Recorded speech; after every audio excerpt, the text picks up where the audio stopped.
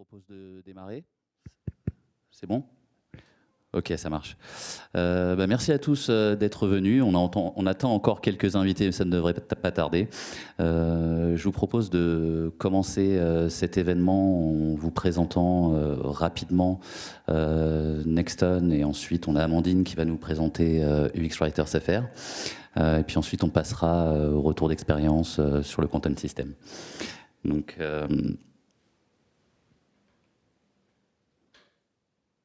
voilà, ça y est.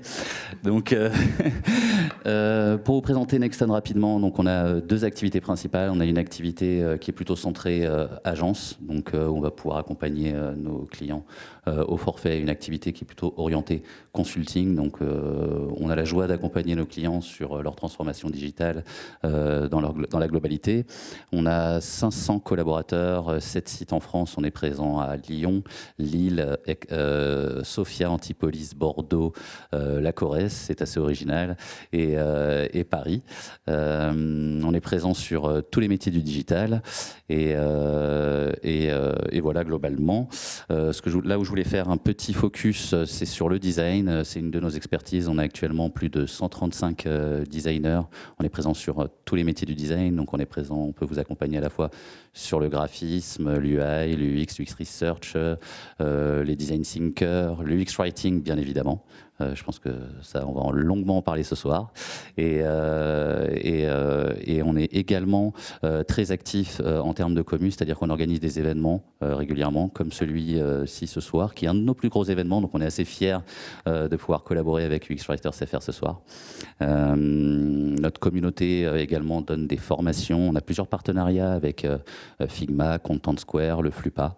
Voilà, je ne vais pas vous enchaîner avec Nexton Consulting. Ce n'est pas le but de ce soir, mais on est vraiment heureux de vous accueillir. Merci à tous. Bonsoir à tous et à toutes. Donc ce soir, la soirée est en coproduction Nexton et UX Writers FR. Ok.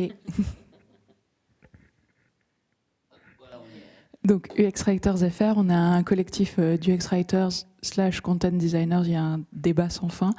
On est actif depuis 2018, on fait des événements en ligne et en vrai, comme ce soir, et on a une chaîne YouTube qui compile nos conférences passées. Si tu peux passer à la slide suivante. Donc, le collectif, c'est 4 personnes, Amandine Aguitch, moi-même, Marianne Chaloupeki, Cyril Letton et Camille Promera. Et donc, moi, pour vous en dire un peu plus, ça fait une dizaine d'années que je suis dans l'UX Writing et je suis en recherche de poste en ce moment. Je vais passer le micro à Marianne. Merci Amandine. Moi c'est Marianne, un peu comme Amandine, j'ai commencé dans ce métier il y a une dizaine d'années, donc avant que ça s'appelle quoi que ce soit, parce qu'on n'avait pas de mots encore, ironique. Et je suis consultante indépendante en UX Writing et Content Ops. Et donc, pourquoi on est là ce soir ? On parlait depuis un bon moment chez UX Writers FR de Content System. On avait vraiment envie de faire un événement, mais on ne savait pas trop sous quel format, quel public, etc. Donc on était super contents quand Julien et Nexton l'ont proposé de nous accueillir. Et donc on les remercie, c'est vraiment chouette. Et le fil rouge de ce soir, ça va être vraiment comment systématiser le contenu. Comme on aime les mots, on va peut-être commencer avec une définition de ce que c'est le content system, parce que tout le monde ne connaît pas. Pour le dire un peu rapidement, c'est un ensemble de règles de rédaction UX, parfois avec, parfois sans la dimension internationale, en général avec, et c'est surtout intégré au design system pour aider les équipes à rédiger des expériences utiles et cohérentes. Ça vise qui ? Les UX writers, bien sûr, mais pas que. C'est utile aussi pour les designers, PO, PM, et les équipes de rédaction en dehors de l'UX writing aussi. Donc maintenant qu'on a une bonne idée de ce que c'est, on a juste quelques petites règles du jeu pour ce soir. On a décidé de laisser les questions à la fin des 2 présentations, parce que il y a pas mal de sujets qui se croisent, qui se rajoutent. Donc, à distance, vous pouvez poser vos questions dans le chat. Et dans la salle, à la fin de la table ronde, on fera circuler le micro. Et on pourra peut-être pas répondre à toutes les questions, mais on va les regrouper par thème. Donc, vous inquiétez pas. Voilà. Et sur ce, je passe à Camille. Non, Johan.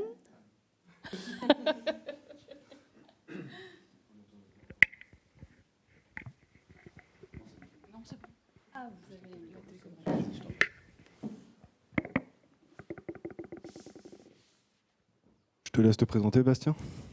Bonsoir à toutes et bonsoir à tous. Je suis Bastien Hugues, je suis design manager chez Bouygues Télécom. Bouygues Télécom où je travaille depuis 2020 et je suis accompagné par Johan depuis pas loin d'1 an maintenant. On va s'y diriger. Sur l'UX Writing, on a chez Bouygues Télécom une équipe.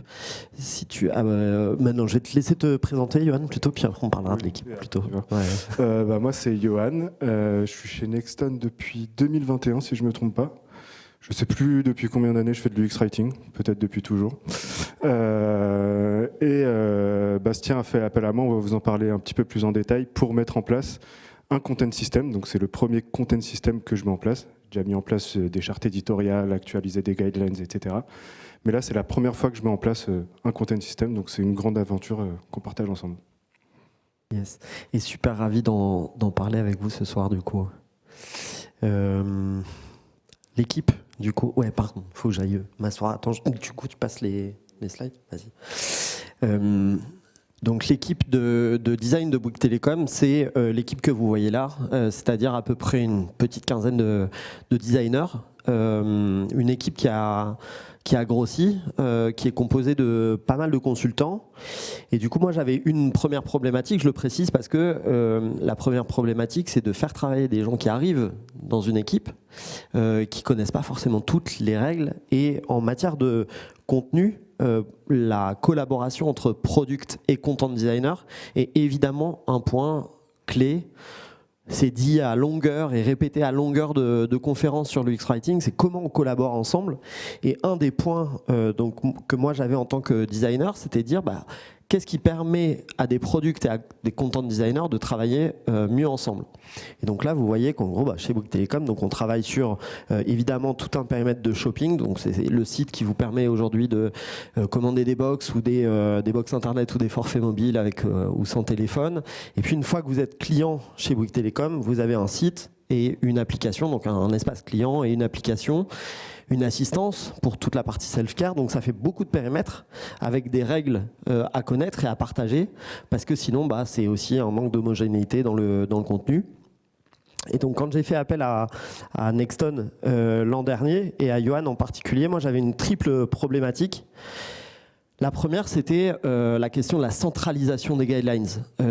J'avais auparavant travaillé avec différents UX writers et je pense à peu près 1 an avant toi, Johan, déjà on avait essayé de recenser toutes tous les documents qui existaient, et en fait on en avait énormément.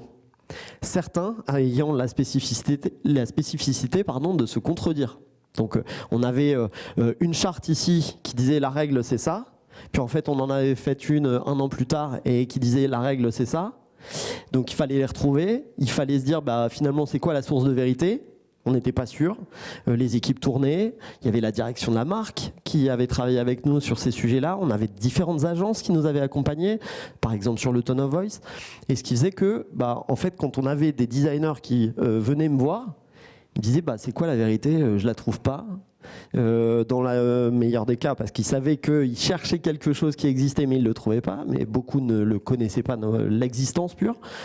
Et voilà, et parfois quand on allait dans les documents, on trouvait des infos contradictoires. Donc on avait des chartes, on avait des lexiques, on avait des toolbox, il y avait plein de noms différents, mais c'était une vraie galère. La deuxième problématique, c'était de diffuser ces guidelines. Donc une fois qu'on a des guidelines qui sont centralisés, c'est comment on les diffuse. Chez Bouygues Telecom, j'ai dit qu'on travaillait sur un site, une application, mais on travaille aussi et surtout dans une entreprise omnicanale. Vous avez des boutiques où il y a de la documentation écrite. Vous avez des canaux, donc les boutiques font partie des canaux, ce qu'on appelle canaux humains. Donc il y a aussi la télévente. Donc il y a un site, il y a des marcheurs à domicile.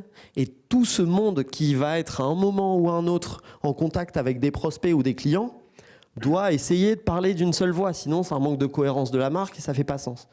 Donc nous, il y avait la question de la diffusion des guidelines. Et leur diffusion dans une logique harmonisée par rapport à l'ensemble des autres canaux. Et enfin, la troisième problématique, c'était l'autonomie des designers. Et quand je parle d'autonomie des designers, c'est l'autonomie des content designers, mais aussi, autant que possible, des product designers. Dans l'équipe dont je parlais juste avant, vous avez peut-être eu le temps de voir qu'il y avait un relativement fort déséquilibre entre content designer et product designer. J'ai 2 content designers dans une équipe de quasiment 15 personnes. Donc 2 content designers ne peuvent pas se démultiplier. Personne n'a le don d'ubiquité. Et en gros, on était obligé de se dire, les designers doivent essayer des choses. Mais si on veut qu'ils essaient des choses par eux-mêmes, les product designers, pardon, encore faut-il les former. Et donc la formation passe par les 2 points qui étaient précédemment cités, des guidelines qui soient centralisés et des guidelines qui leur soient diffusés. Et donc la conviction que j'avais depuis quelques temps déjà, c'était de dire il faut qu'on ait une doc qui soit claire, qui soit partagée, qui soit centralisée. Pendant plusieurs mois, on a parlé de Content Style Guide, ce qui parlait absolument à personne et d'abord pas aux product designers qui se disaient le content de quoi j'ai rien compris. Et petit à petit, on s'est dit, en fait, à travers toute la documentation et les partages qu'on pouvait voir, cette logique de content system, c'était bien ça, c'était de systématiser le contenu. Donc c'est bien l'enjeu. Et c'était dire, en fait, on va parler de la même manière que le langage que connaissent les product designers. Et en plus, on va aller sur le terrain, qui est celui du design system, en le complétant d'un content system. Et c'est à partir de ce moment-là où on a commencé à travailler ensemble, Johan. Donc je crois que la slide suivante est pour toi. Allez. Du coup, on a créé le content system pour répondre à toutes ces problématiques. Et on s'est aperçu qu'on avait réussi ou on s'aperçoit qu'on est en train de répondre à ces problématiques, mais on s'est aussi aperçu que ça servait à d'autres choses. Du coup, l'idée de la fonction du content system aujourd'hui, c'est vraiment d'industrialiser l'UX writing et les règles de rédaction au sein des équipes design, mais également, on le verra plus tard, un petit peu plus loin. Donc industrialiser, c'est déjà évangéliser, faire comprendre aux parties prenantes l'intérêt de l'UX writing. Ça, c'est des choses qu'on peut intégrer dans le content system, on va voir comment. Mais c'est également les infuser aux équipes à travers le bon outil, donc le content system, et également les rubriques qui sont intégrées au content system. La deuxième chose, c'est qu'une fois qu'on a ces règles qui sont mises en place, c'est qu'avec un content system, on peut challenger ces règles. Comme une charte éditoriale, un content system ou un design system. Un content system, c'est pas quelque chose de figé, c'est quelque chose qui vit en fonction des retours des utilisateurs, mais également en fonction des designers, des parties prenantes, des utilisateurs du content system. J'ai en tête par exemple la règle du jeu, qui n'existait pas vraiment. Donc on a fait un audit de contenu sur la règle du jeu, on mettait de temps en temps du jeu, du vous, etc. Et du coup, ce content system a permis de voir ce manquement à cette règle-là. Et on a mis en place, créé cette règle du jeu pour favoriser la conversation entre le moment où l'utilisateur parle et le moment où Bouygues parle. Et cette règle-là, on l'a diffusée aux équipes de rédaction, à la com, etc. Et on a pu la valider grâce à cet élément centralisé qui, on va le voir, est devenu un document de référence pour le design et on espère au-delà. La troisième chose, et ça c'est vraiment le gros défi, c'est de former les designers. Tout le monde n'a pas la même appétence pour l'écriture, tout le monde n'a pas le même talent pour l'écriture. Il y a certains designers qui se retrouvent devant la page blanche ou l'interface blanche, comme on aime bien l'appeler. Du coup, l'idée, c'était pas seulement de créer des guidelines sur notre voix, notre tone of voice, etc., mais aussi d'intégrer des bonnes pratiques sur le UX Writing. Dans le content system, on peut tout intégrer. Et on peut également intégrer des bonnes pratiques, comment on peut être clair, comment on peut être concis, comment on peut être utile. Et également, on peut intégrer des astuces pour raccourcir les microcopies, etc. Donc ça, c'est des choses dont il ne faut pas se priver. Et on le verra, former les designers. Pour former les designers, le content system ne suffit pas, il faut aussi les accompagner. Du coup, l'autre slide ne passe pas, j'ai peur d'en passer deux d'un coup. Ça passe. Comment on a construit notre content system? Il n'y a pas de règles gravées dans le marbre pour construire un content system. Il y a quelques conseils qu'on peut donner une fois qu'on l'a créé, mais il y a aussi des moments clés. Ces moments clés, je vous les donne tout de suite. Donc tout d'abord, on a dû identifier l'organisation et les process. Il y a autant de content system que de problématiques dans les équipes, que d'organisation dans les équipes et que de besoins par rapport au process. On a tous un process idéal dans lequel les UX writers interviennent le plus en amont, etc. Mais c'est pas toujours possible. Du coup, il faut savoir se renseigner là-dessus, sur l'organisation, sur les process, pour savoir ce qu'on va mettre dans le content system. La deuxième chose, Bastien en a parlé un petit peu, c'est de récupérer toute la documentation rédactionnelle. Donc il vous l'a dit, on avait des chartes rédactionnelles, des lexiques, etc. Du coup, on n'invente rien. Quand on challenge un petit peu les règles existantes, on en parle. Et l'idée, c'est justement de récupérer tous ces documents rédactionnels, de les centraliser et de les infuser aux équipes, enfin de les rédiger de telle sorte qu'elles soient applicables dans le design. Donc on ne va pas mettre certaines règles qui sont des règles de com ou de SEO, etc. forcément. On va vraiment mettre des règles qui sont applicables au design et qui sont importantes pour le design. La troisième chose, c'est donc de réaliser un benchmark des content systems. Je vais y revenir un petit peu plus tout à l'heure, mais vraiment s'inspirer des bonnes pratiques, mais également des choses qu'on veut éviter dans notre content system par rapport à notre besoin. Un autre moment clé était les interviews avec les designers, puisque nos utilisateurs, les utilisateurs du content system sont bien entendu les UX writers, mais également et surtout les designers. Du coup, on le verra aussi un petit peu plus tard, j'ai réalisé des interviews auprès des designers pour savoir ce dont ils avaient besoin pour rédiger, quels étaient leurs manquements, etc. Une fois qu'on a ces retours, ça passe, il fallait croiser donc ce benchmark avec les interviews pour savoir, à partir des interviews et à partir des besoins qu'on recense des utilisateurs, on va croiser avec ce benchmark, on va commencer à avoir une idée des rubriques qu'on va mettre, par quelles entrées ils vont pouvoir se rendre pour trouver l'information dont ils ont besoin. Nous, on connaît les rubriques de notre content system. Eux et elles ne le connaissent pas forcément. Du coup, s'ils ont un besoin de connaître comment on écrit giga, par exemple, il faut qu'ils trouvent facilement l'information. Du coup, croiser le benchmark avec les retours des utilisateurs, les besoins des utilisateurs et des utilisatrices, entre autres, enfin, là pour les designers, eh bien, c'est quelque chose qui est vraiment essentiel et assez puissant. Et enfin, donc voilà, on liste nos rubriques en fonction de tous les éléments qu'on a recueillis.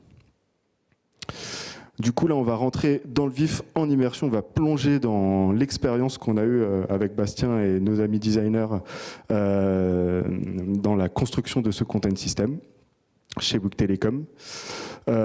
Du coup, voilà, on a benché. Là, je vous ai mis les principaux content systems qui sont en open source qu'on a benché. La plupart du temps, Ces content systems-là sont, je crois que Marianne, tout à l'heure, tu parlais de la dimension internationale, ont toujours une dimension internationale pour savoir comment on va traduire quelque chose de l'anglais au français, enfin un wording de l'anglais au français à l'allemand, etc., pour être vraiment cohérent à chaque fois. Nous, le nôtre était 100% français. Du coup, on s'est aussi pas mal inspiré du système de design de l'État, donc qui n'est pas à proprement parler un content system, mais qui, au sein des composants, ont des règles de contenu. Voilà, donc IBM pas mal aussi, enfin Doctolib, Mike est là, Doctolib nous a bien inspiré aussi. Je passe. Et voilà, on a également réalisé des interviews auprès des products et on a recueilli des choses que je n'imaginais pas.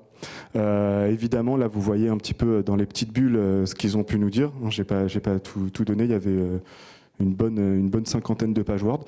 Mais ce retour-là est beaucoup venu, donc savoir comment on rédige un bouton, est-ce qu'on dit je valide, est-ce qu'on dit valider, est-ce qu'on dit valider EZ, etc. Parce que c'est vrai que sur le site de Bouygues Télécom, il y avait parfois des incohérences. Du coup, ça nous a... évidemment, on avait déjà cette idée en tête, mais on s'est convaincu du fait qu'il fallait écrire du contenu par composant. Ça, je vais vous en parler aussi. Une autre chose qui m'était pas vraiment venu à l'esprit, c'est l'inspiration. Donc l'interface blanche, je vous en reparle. Comment on fait pour inspirer nos designers qui se retrouvent vraiment devant une feuille blanche pour au moins, sur les sujets qui sont pas trop en jeu ou qui peuvent être réglés par eux dans un premier temps et avec notre intervention un petit peu plus après, comment ils peuvent déjà rédiger des messages d'intention avec notre tone of voice, etc. Du coup, ça nous fait gagner en itération. On a déjà un message plus ou moins bien fabriqué. Et ça, du coup, je vais vous expliquer après. Je vais vous montrer un petit peu comment on a fait après. Également toute la lexicologie, hein, est-ce qu'on dit abonnement, est-ce qu'on dit offre internet, offre pour dire forfait mobile, quand on dit offre, ça peut se confondre entre offre internet et forfait mobile, etc. Donc ça c'est du lexique, c'était une étape essentielle. C'est beaucoup revenu le fait que même avec un content system, ils ne seraient pas totalement autonomes et ils auraient besoin de notre validation. Mais je vais vous montrer aussi comment on les a accompagnés. Du coup, on les a vraiment interrogés sur la façon dont ils collaborent avec les designers, les difficultés qu'ils ont pour hiérarchiser, rédiger, etc. Et on leur a vraiment demandé quels sont vraiment vos besoins pour rédiger. Et on est tombé sur ces pépites. Du coup, il a fallu aussi les former une fois que le content system était à peu près mis en place. Du coup, je leur ai fait une présentation sur l'art de la microcopie, comment on écrit une microcopie, donc avec des exemples de Bouygues où ils participaient, etc. Également, évidemment, une présentation du content system. Donc ça, on présente au fil de l'eau, on présente à chaque fois qu'il y a une brique qui est mise en place, on leur présente. Et on est en train de mettre en place des ateliers mensuels où on va leur demander, enfin je les spoil déjà, de céder du content system pour écrire sur des maquettes. Mais je le fais déjà avec eux en pairing. Oh, qu'est-ce qui s'est passé? Je crois qu'il a pris tous les clics. Il a pris tous les clics et alors du coup je vous spoil total là. On revient, hop. Voilà, l'accompagnement des products. Du coup, on a mis en place un process vraiment collaboratif d'autonomisation, dans le sens où chaque trimestre, on priorise nos sujets et on identifie les sujets qui sont plus ou moins en jeu, qui nécessitent plus ou moins notre intervention. Et du coup, sur les sujets qui nécessitent moins notre intervention, on leur demande d'utiliser le content system pour ensuite avoir ce processus itératif. On a également créé un canal de discussion Teams pour qu'ils partagent les problématiques entre eux, parce que généralement, ils nous appellent en solo. Et ce que je trouvais intéressant, c'est qu'ils partagent aussi ensemble leurs problématiques. Parce qu'ils peuvent avoir les mêmes problématiques et ça donne aussi un esprit transverse à leurs problématiques. Également les séances de design critique que Bastien a mis en place qui sont passionnantes. Chaque designer présente ses projets de la semaine. Et du coup, nous, sur les projets qu'on n'a pas vus et même qu'on a vus, on peut challenger les wordings, on peut commencer à itérer vraiment alors qu'ils sont en autonomie sur un parcours. Et les guildes UX, donc ça c'est toutes les semaines, toutes les 2 semaines, où moi je profite, je passe ma petite tête pour leur présenter des choses quand je peux ou quand les choses sont bouclées. Ça passe ou pas? J'ai peur que ça me refasse le même coup. Voilà, donc là je vais vous montrer très rapidement le content system, on va rentrer dans le dur. Du coup, je vous parlais de lister les rubriques à partir du benchmark, des interviews, des besoins, etc. Là, c'est vraiment nos 5 briques du content system qui, vous le voyez, est intégré au sein du design system de Bouygues Telecom Trilogy. Du coup, on a cet onglet content system et on a les rubriques qui se déplient. Donc, la première rubrique, c'est les principes de contenu. Où là vraiment, je vais vous le montrer un petit peu plus en détail, où on est vraiment sur les règles générales de l'UX Writing et notre tone of voice, etc.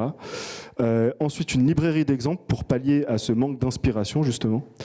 Le contenu par composant. Donc du coup, on prend chaque composant, on décline chaque composant qui mérite d'avoir des règles de contenu. Le glossaire, bien sûr. Qui est une bible du lexique sur les termes qu'on peut employer, les noms de produits, les concepts, etc. Et on a même imaginé une boîte à outils avec des plugins, Figma, etc. qui peuvent utiliser pour être en totale autonomie. Et petite cerise sur le gâteau, je vous ferai une démo tout à l'heure, les variables de microcopie. On a utilisé les variables de Figma pour y intégrer des microcopies. Donc du coup, sur la première brique, les principes de contenu, donc vraiment, c'est des principes pour vraiment qu'ils puissent rédiger des microcopies efficaces, donc au moins des messages d'intention pour déjà préciser les insights qu'ils ont reçus, etc. Et eux, ça leur permet aussi d'avoir une autre vision UX, une vision directement câblée sur le tone of voice, etc., qui est forcément mis en commun avec la vision brandée. Du coup, on a des règles de microcopie, donc là où on met vraiment les règles de l'UX Writing, des astuces pour passer de la voix passive à la voix active, des astuces pour raccourcir les microcopies, on a même toute une brique sur l'inclusivité. Le tone of voice de Bouygues, avec les 5 traits de personnalité de la marque et les postures qui en découlent, donc qui permettent vraiment de mettre en application la voix de la marque et de créer une conversation entre la personnalité Bouygues Télécom et les utilisateurs et les utilisatrices. Les règles de conversation aussi, qui sont là vraiment axées sur la voix de Bouygues Télécom et la voix de nos utilisateurs, à quel moment on utilise le vous, le je, etc. Les règles orthotypographiques, qui je pense est une des briques les plus utilisées, où là on va mettre vraiment les règles sur comment on écrit des chiffres, à quel moment on met des espaces entre un chiffre et une abréviation genre giga, euro, etc. Les majuscules aussi. Et on a aussi une brique sur l'accessibilité. Les règles de l'accessibilité souvent se recoupent avec les règles de l'UX Writing, mais là on spécifie vraiment en fonction des cas possibles d'accessibilité. Ensuite, sur notre deuxième brique, on a créé aussi une librairie d'exemples qu'on enrichit au fur et à mesure des projets, qui est vraiment câblée sur nos postures relationnelles. Ça leur permet, quand ils sont dans un contexte bien précis, de s'inspirer avec des formulations qu'on va leur mettre en gras, qu'on va leur faire ressortir. Et du coup, selon le contexte dans lequel ils doivent s'exprimer face aux utilisateurs, ils vont avoir une formulation qui va leur permettre de s'inspirer.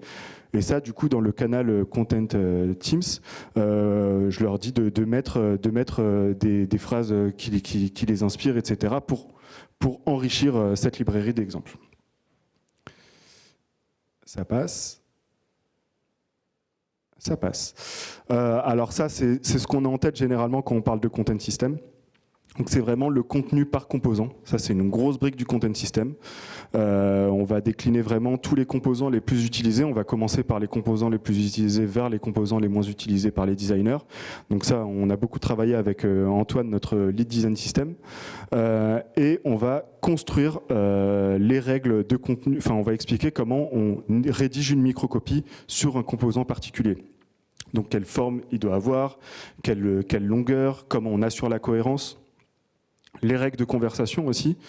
Et on a aussi créé une espèce de map de contenu pour décliner tous ces composants en fonction du contexte, imaginer l'émotion de l'utilisateur en fonction de ce contexte et répondre avec le ton approprié, avec toujours un exemple bien précis.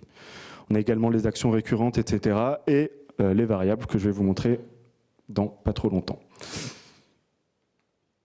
La quatrième brique, qui va venir tout de suite, je vous rassure, c'est le glossaire. Donc vraiment là, on est vraiment dans la garantie de la cohérence sur les interfaces. Comment on utilise, quel nom de produit, comment s'écrit un nom de produit chez Bouygues Télécom, quel terme on va utiliser pour parler de telle chose ou telle chose. On parle avec les mêmes mots de la même chose.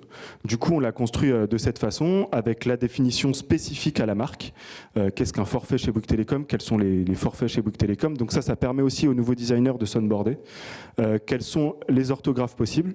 Avec toujours des do et des don't. Donc ça, des do et des don't, c'est rempli dans le content system, puisque ça dans tout le content system, parce que c'est vraiment ce qui permet de rendre la règle visuelle. Les recommandations aussi par métier. Que recommande le SEO, que recommande le marketing, etc. Généralement, ça se recoupe, il vaut mieux. Les mots amis également. On fait des renvois vers les mots amis. Et on met toujours un exemple sur le site. Ce qui est intéressant, vous voyez par exemple Wi-Fi s'écrit d'une façon particulière, W majuscule, I minuscule, F majuscule, I minuscule. Les designers ne le savent pas toujours, les UX writers non plus. Du coup là, on pose bien la chose et on met les alternatives, par exemple à forfait. Quelles peuvent être les alternatives à forfait? Quand on parle d'offres internet et de forfait mobile, est-ce qu'on peut dire les offres? Enfin voilà, c'est plein de choses comme ça qui permettent vraiment de cadrer et de garantir une cohérence sur tout le site et les applications et l'application. Également, je vous en parlais, la boîte à outils, donc vraiment pour faciliter la création du contenu. Donc il y a le fameux plugin, enfin je ne sais même pas si c'est un plugin, CTRLF, Word Counter pour toujours bien compter les caractères, parce qu'on le verra sur nos variables, on parle en nombre de caractères. Également des sites sur l'inclusivité, des dictionnaires de synonymes, etc. Maintenant, je vais vous faire une petite démo des variables de microcopie. Donc c'est un outil assez puissant, je ne sais pas si vous le connaissez, mais avec notre lead design system Antoine, on s'est dit pourquoi pas se servir des variables pour donner les règles de microcopie. Voilà, donc je vais vous faire une démo assez rapide. Du coup, on a le tableau de variables. On met nos thématiques, là vous voyez sur le CTA, il y a toutes les thématiques, choix d'offres, voilà, les RDV, etc. Et à chaque thématique, on met plusieurs actions. Voilà. Du coup, voilà, vous voyez, enfin, là c'est principalement sur les CTA, mais c'est aussi sur les autres composants. Du coup, là, je vous fais une petite démo à partir du composant bouton. Donc on prend notre composant bouton, on sélectionne le petit texte, on va dans nos variables, et là par exemple je veux savoir comment on écrit, comment on incite l'utilisateur à tester son éligibilité. On cherche l'éligibilité et on a directement notre wording qui apparaît. De la même façon, si on est sur un mur de forfait, comment on va inciter l'utilisateur à choisir son forfait? On clique sur forfait, on a notre choix de forfait. Il y a également des textes qui sont un petit peu moins figés.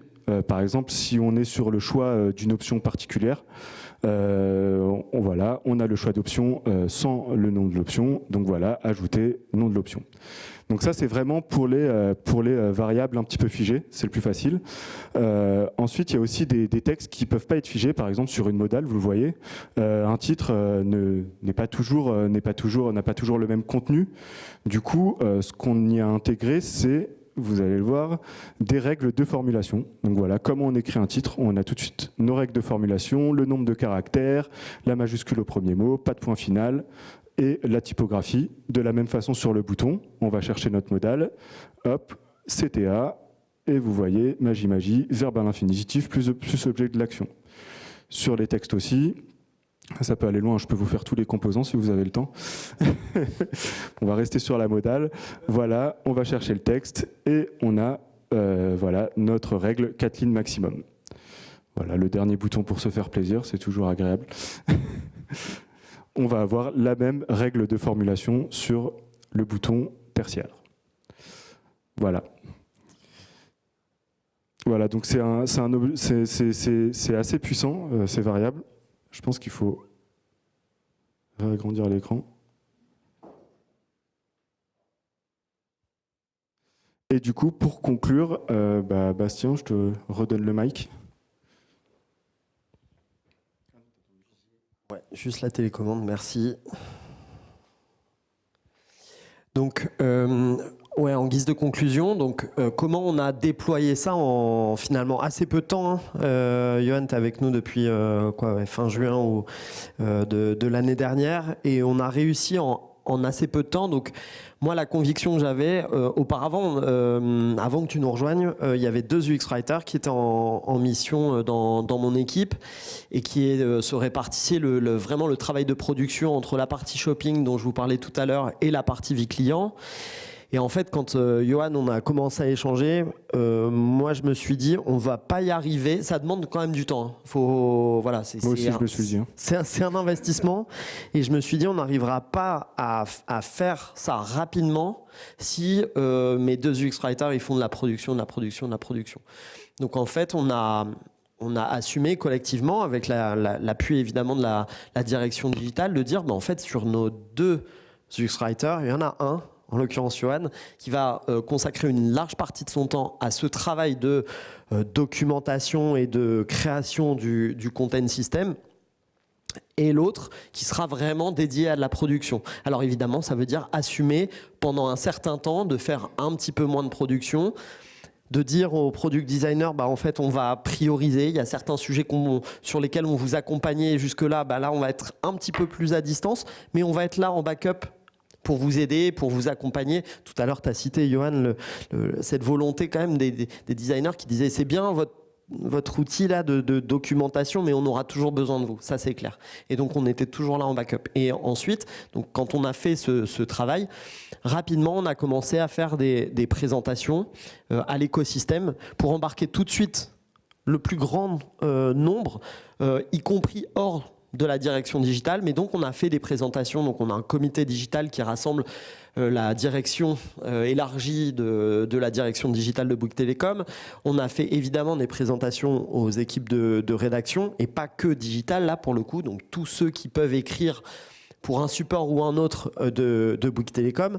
On a un comité rédactionnel 360, donc là pour le coup c'est vraiment l'incarnation à travers quelques responsables des différents canaux qui sont en charge de rédaction. Donc on leur a partagé cet outil-là pour être sûr que les règles qu'on était en train de centraliser, parfois de rationaliser, parfois aussi de challenger, tu l'as dit tout à l'heure Johan, allaient dans le bon sens et convenaient à tous. Et en gros l'idée qu'on n'a pas forcément assumé comme tel au début, mais c'était bien la finalité, c'est-à-dire vous en pensez quoi de cet outil ? Et spontanément, les gens se sont dit, ok, c'est peut-être très digital, mais clairement, on va se tourner vers cet outil-là. Là où, encore une fois, avant, je le redis parce que c'était vraiment un des pain points, c'était le nombre de documents qui existaient, mais qu'on retrouvait ici ou là ou pas. Et enfin, la communauté de charte rédactionnelle, donc où on a effectivement un canal Teams en parallèle, où là il y a beaucoup de personnes qui rédigent pour Bouygues Telecom et avec qui on peut échanger sur cette stratégie. Le bilan, l'efficacité, alors c'est tôt pour conclure déjà aujourd'hui un bilan, mais on a quand même des points. Et franchement, tous les points sont positifs. On a beaucoup échangé avec Johan et j'aime bien mettre des points négatifs quand il y en a, mais sincèrement, le ROI, il est mesurable. Donc ça, c'est important. En particulier quand vous avez besoin d'avoir l'aval d'une direction ou juste les moyens dont je parlais tout à l'heure sur le temps et donc l'argent que ça va nécessiter, on va vous dire, ok, mais qu'est-ce que je vais y gagner moi finalement ? Et donc dans ce qu'on y gagne, il y a le premier point, il est peut-être un petit peu subjectif parce que je mets pas des bâtons à chaque fois que quelqu'un vient me voir pour se plaindre entre guillemets de la collaboration, mais de fait, auparavant, tant qu'on n'avait pas ces outils-là, j'avais régulièrement des product designers ou parfois des content designers qui venaient me voir, qui me disaient « Bastien, ça marche pas. On n'arrive pas à travailler ensemble. » Pas de manière dramatique, mais il y a toujours des petits cailloux et donc il y a des allers-retours, on perd du temps, on est frustré, ça génère un peu de tension parfois, hein, ça pouvait aller jusque-là.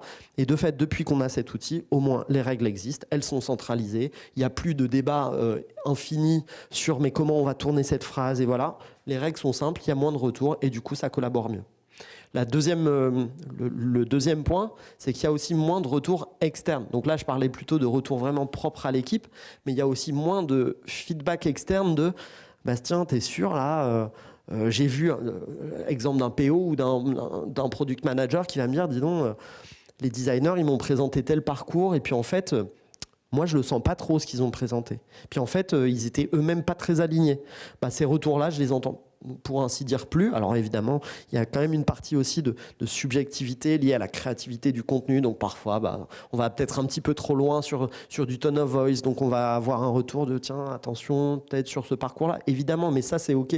Ça fait partie de la discussion et elle est saine. Mais il y a beaucoup moins de retours de personnes qui, dans la direction digitale ou parmi les métiers avec lesquels on travaille, la communication, le marketing, qui vont se plaindre entre guillemets ou s'interroger plutôt sur la qualité de la copie qui est produite. Ensuite, il y a un critère qui est pour le coup très objectif et qui est mesurable, c'est le gain de temps dans les phases de conception. Tu as cité, Johan, l'exemple tout à l'heure de la règle du jeu JE. Pendant que vous êtes en train d'échanger sur tiens, est-ce que je mets vous, est-ce que je mets je, est-ce que je mets de l'infinitif, est-ce que je mets mon, est-ce que en fait les règles, attends, je vais aller chercher dans le document, rebelote, je reviens sur le sujet de faut trouver le document, puis en fait on a des documents contradictoires. Donc pendant tout ce temps-là, vous perdez du temps. Quand vous avez un content system, c'est simple, on a un doute, on ouvre le doc, on a la réponse, on applique et on conçoit. Donc il y a un gain de temps qui est phénoménal. Pareil, tout comme je ne mets pas des bâtons à chaque fois qu'on me fait un feedback, je n'ai pas un chronomètre en main pour mesurer le temps que les designers mettent sur chacun des projets. Mais je vois qu'en tout cas, on a moins de friction de ouais, mais en fait, on devait rendre le sujet là. Et puis en fait, en termes de conception, on est à la bourre. Donc on respecte les deadlines et ça, c'est un point hyper important. Et enfin, pour pas être trop long, désolé, mais il y a la réduction aussi du temps d'onboarding, d'intégration des nouveaux designers et donc des content designers, évidemment, puisque un content designer qui arrive dans l'équipe, c'est simple, il a toute la documentation au même endroit. Il peut aller s'inspirer, se renseigner sur quelles sont les règles qu'il va devoir appliquer chez Bouygues Télécom. Et un product designer qui vient dans l'équipe, c'est la même chose, puisqu'on lui demande de s'autonomiser sur les parcours, entre guillemets, les plus simples, les moins complexes en termes de hiérarchie d'infos, ou alors les plus simples parce que ça ne nécessite pas énormément de pédagogie, ou les plus simples parce que ça ne demande pas nécessairement beaucoup de créativité et de tone of voice. Et si on leur dit autonomisez-vous, c'est pareil. Ils ont des règles qui sont simples. On l'a vu avec la puissance. Moi, ça faisait plaisir de revoir cette présentation que moi j'avais déjà vue, évidemment, sur l'utilisation des variables autour de Figma. Mais c'est un outil hyper puissant qu'on peut mettre dans la main de tout le monde et qui permet cette autonomisation qu'on souhaitait. Donc voilà, on réduit objectivement la durée d'onboarding et ça c'est hyper positif. Je crois que la dernière slide est pour toi, si je dis pas de bêtises. Ouais. Pour conclure définitivement, je vais me mettre là parce que je vois pas, je suis un peu miro. Pour conclure définitivement, donc on a interrogé nos products en vue de cet événement pour leur demander quels sont les retours sur le content system. Il y a pas mal de choses qui sont ressorties, mais moi ce que je retiens, c'est vraiment la rédaction des messages d'intention. Donc vraiment le fait que pour un travail exploratoire, par exemple, ils n'aient pas besoin forcément de nous appeler sur des sujets moins en jeu. Ils arrivent directement à écrire leur message d'intention en amont. Donc ça leur permet de mieux hiérarchiser l'information tout de suite. Et ça nous permet à nous, quand on intervient, d'avoir déjà un travail solide. Plus ou moins. Ensuite, l'autre chose qui est vraiment ressortie, c'est le document de référence. Le content system est un document de référence qui joue un rôle similaire au design system. Et ça leur permet de justifier leur choix auprès des métiers, des équipes produits, etc. Quand ils mettent un message, une tonalité, etc., une formulation, quand ça retoque, ils sont là, ils leur disent, voilà, on a ce content system, ce sont nos règles, elles sont inspirées de la tonalité de Bouygues. J'ai trouvé aussi intéressant le dernier verbatim, ça a ajouté une complexité à mon travail. Oui, ça a ajouté une complexité à leur travail, mais ça leur a permis d'avoir cette problématique de wording qui est une problématique ultra puissante en termes d'UX. C'est-à-dire qu'on pense avec les mots, et ils pensent de plus en plus avec les mots, et j'espère que ça va leur faire vraiment gagner en puissance sur toute la partie UX. Voilà, merci de nous avoir écoutés. On se retrouve tout à l'heure après Miracle. Merci à tous les deux pour votre présentation. Ça a suscité pas mal de questions en ligne. Pour rappel, pour les personnes en ligne, on répondra aux questions à la fin. Je t'en prie, vas-y. Bonsoir à tous. Il faut que je change de slide. Je vais nous présenter. Je vais commencer par Camille. Camille, elle est Content Ops Manager chez Miracle. Elle a rejoint l'équipe il y a à peu près 3 ans, je crois. Et elle fait partie du pôle Experience Design chez nous, qui est inclus dans l'équipe Product Design. Donc moi, je suis Director of Product Design. J'ai rejoint Miracle il y a 4 ans et demi. Et je suis responsable de l'expérience utilisateur. Donc, à la fois sur tout ce qui va être delivery de nos fonctionnalités, mais aussi dans le pôle Experience Design sur tout ce qui va être Design System, Content System maintenant, et tout ce qui va être Ops, Content Ops et Design Ops. Comment tout a commencé chez nous ? À l'époque, je ne connaissais pas le Content System, mais j'étais assez convaincu que l'UX Writing faisait partie intégrante de la UI et de l'UX. J'ai donc cherché désespérément à avoir de l'aide sur ce domaine que je ne connaissais pas, et j'ai donc contacté Camille. Donc on ne parlait pas de Content System, mais on parlait voilà, de définir des process du UX Writing, de faire monter en compétence les équipes, et surtout d'évangéliser cette compétence de la rédaction de contenu pour les interfaces auprès des différentes équipes qui étaient impliquées dans le développement produit. Avant de plonger dans le sujet Content System, je voulais vous rappeler déjà qui était Miracle. Je ne sais pas si vous connaissez Miracle, qui est plutôt une entreprise B2B. Vous la connaissez certainement par vos navigations Internet.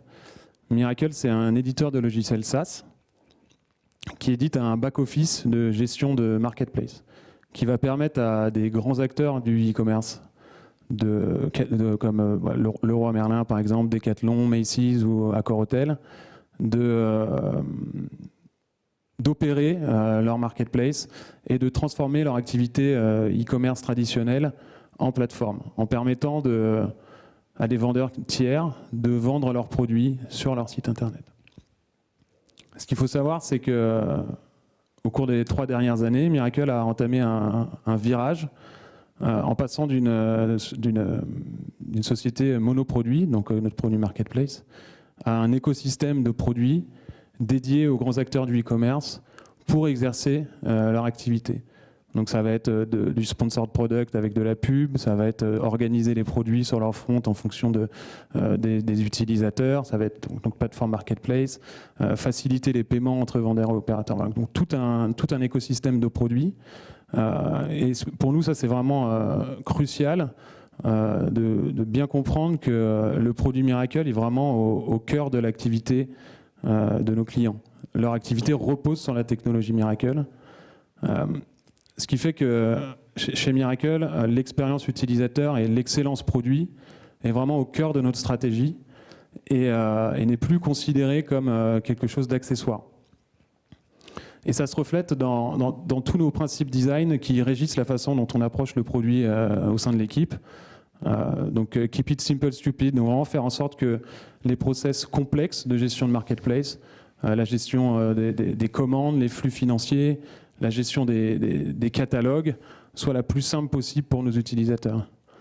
Donc on garde en tête que le produit Miracle, on ne le construit pas pour nous, on le construit pour des utilisateurs qui vont l'utiliser au quotidien pour effectuer leurs tâches, leur métier. Et c'est vraiment quelque chose qu'il faut qu'on garde en tête lors de la conception du produit. Évidemment, on va parler de flux financiers.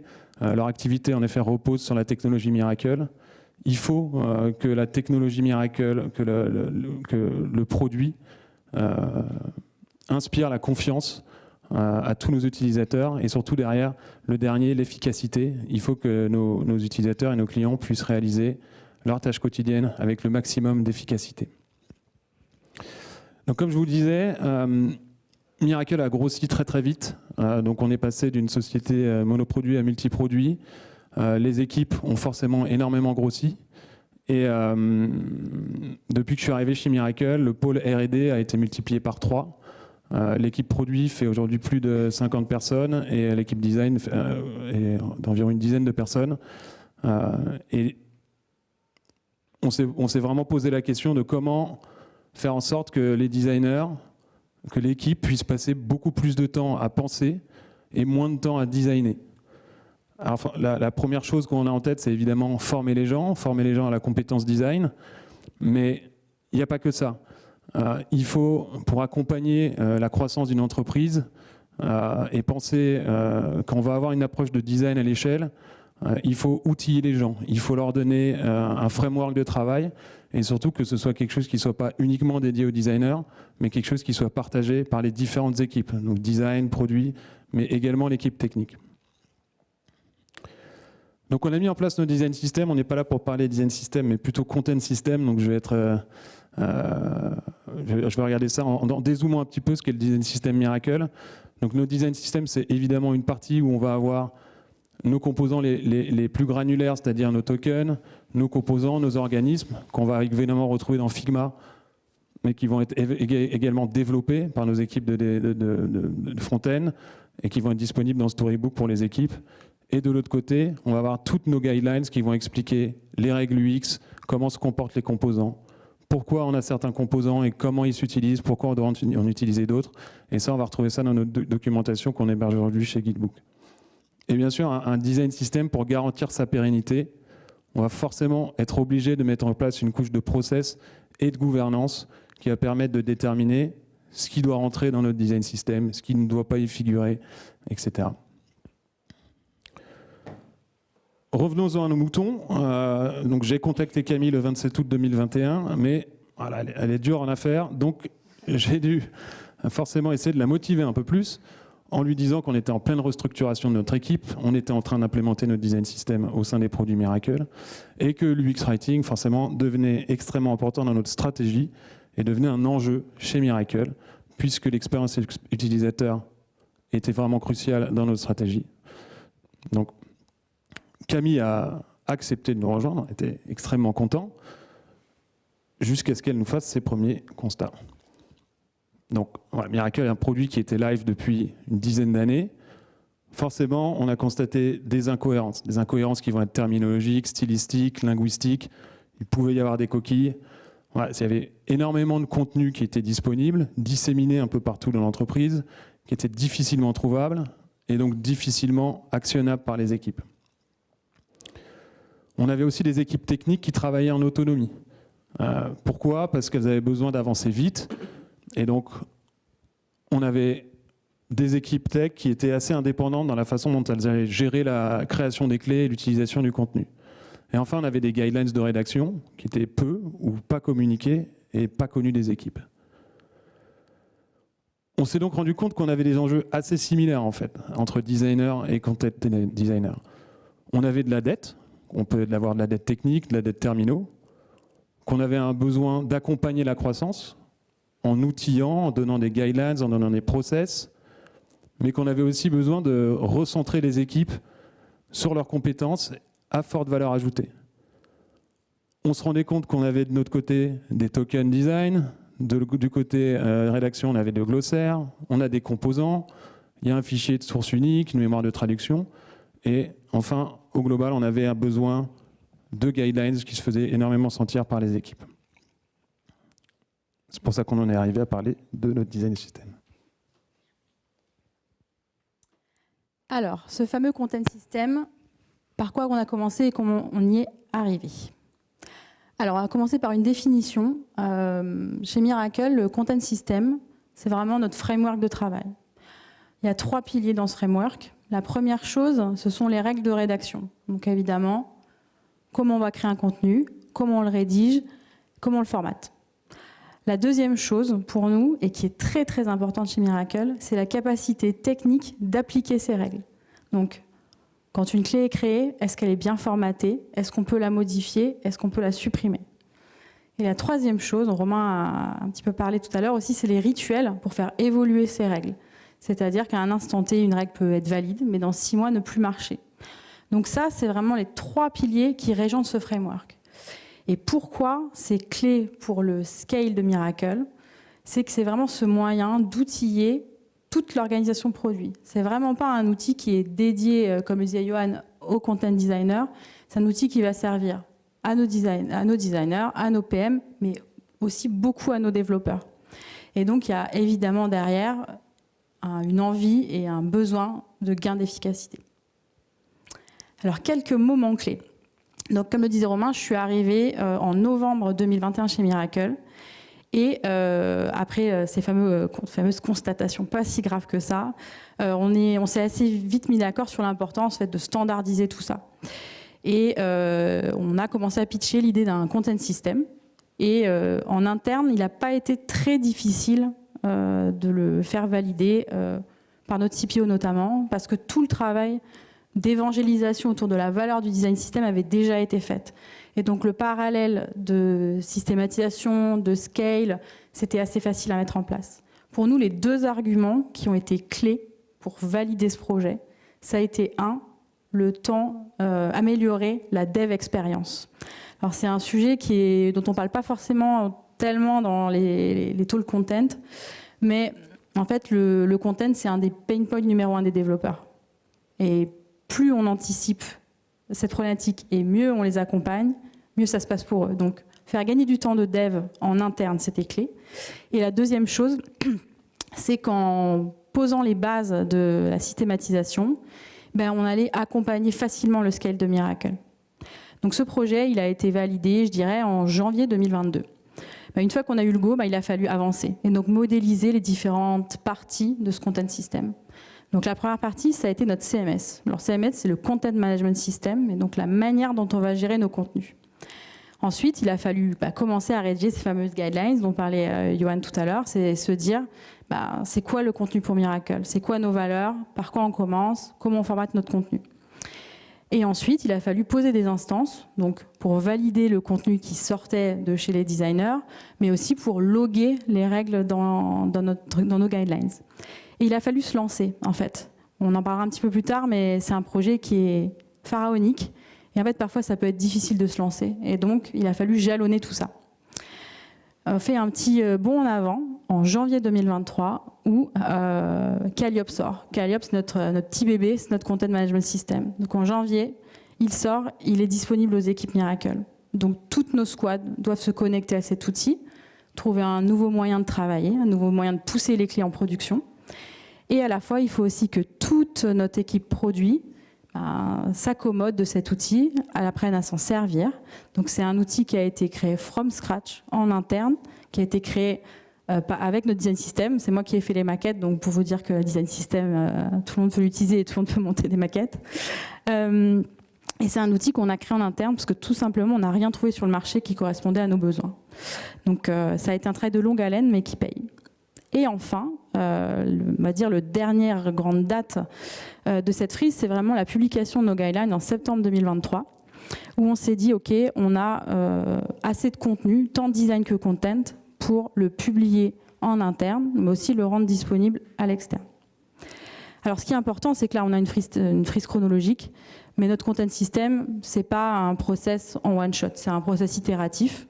Donc, le CMS évolue en fonction des besoins en interne, les guidelines pareil, et la gouvernance pareil. Alors on va se lancer un petit peu plus en détail sur la partie guidelines. Donc là, vous avez eu déjà un super beau exposé de Bouygues.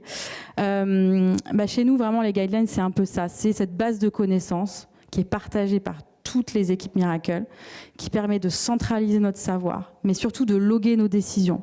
On passe à peu près, si je ne dis pas de bêtises, 5 heures par semaine entre des pairs design, des gouvernances design system, à regarder des maquettes, à se poser plein de questions.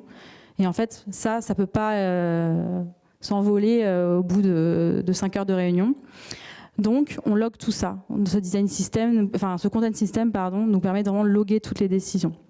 Et évidemment, ça aide à la validation des maquettes, à autonomiser les PM, à autonomiser les designers. Donc, sans rentrer dans un grand détail, nous, tout ce qui est guidelines, on retrouve les principes UX Writing, les modèles de rédaction de composants, les patterns. Pour les geeks de la grammaire, évidemment, les règles typo, les règles grammaticales, et aussi le vocabulaire Miracle. Donc là, vous avez un petit exemple de justement quel verbe on utilise. Ça, c'est une grande question des designers. C'est quand est-ce qu'on utilise create, quand est-ce qu'on utilise add, c'est quoi la différence, parce qu'en fait, on ne comprend pas vraiment. Donc voilà, ça, c'est ce genre de page qui aide beaucoup nos designers.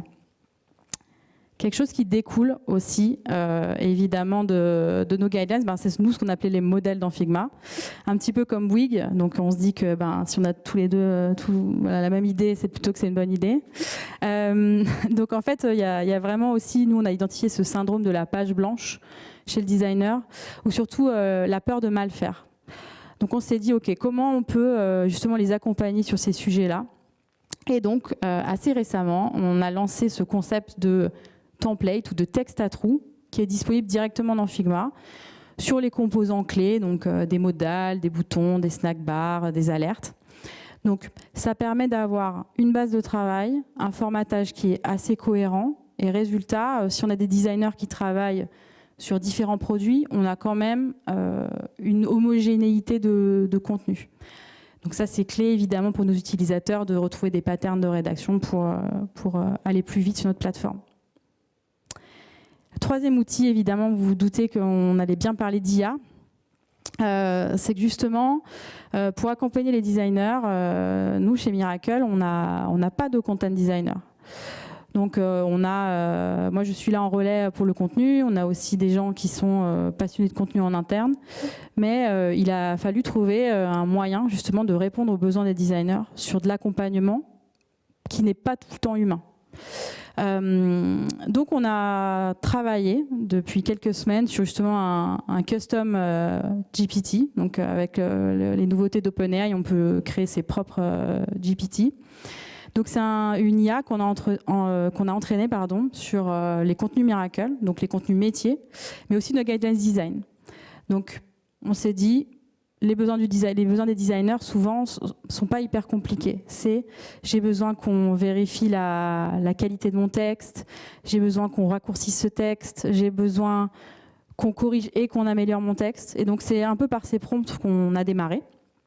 Et les résultats sont intéressants et évidemment sont évidemment soumis à l'appréciation de la personne qui prompte. Mais en tout cas, il y a quand même on va dire un champ des possibles qui est assez ouvert avec ces sujets-là. Et il y a quelque chose qu'on a aussi testé assez récemment, c'est que OpenAI permet de vérifier des documents.